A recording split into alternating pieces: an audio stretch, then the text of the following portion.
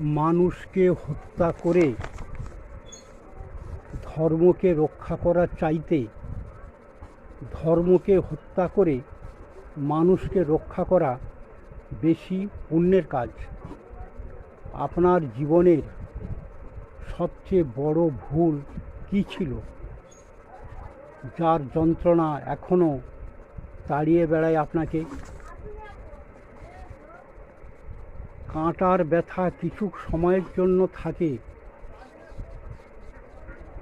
আর কথার ব্যথা যারা সারা জীবন থাকে। গুরুত্ব দিলেই বিরক্ত, আর না দিলেও অভিযোগ।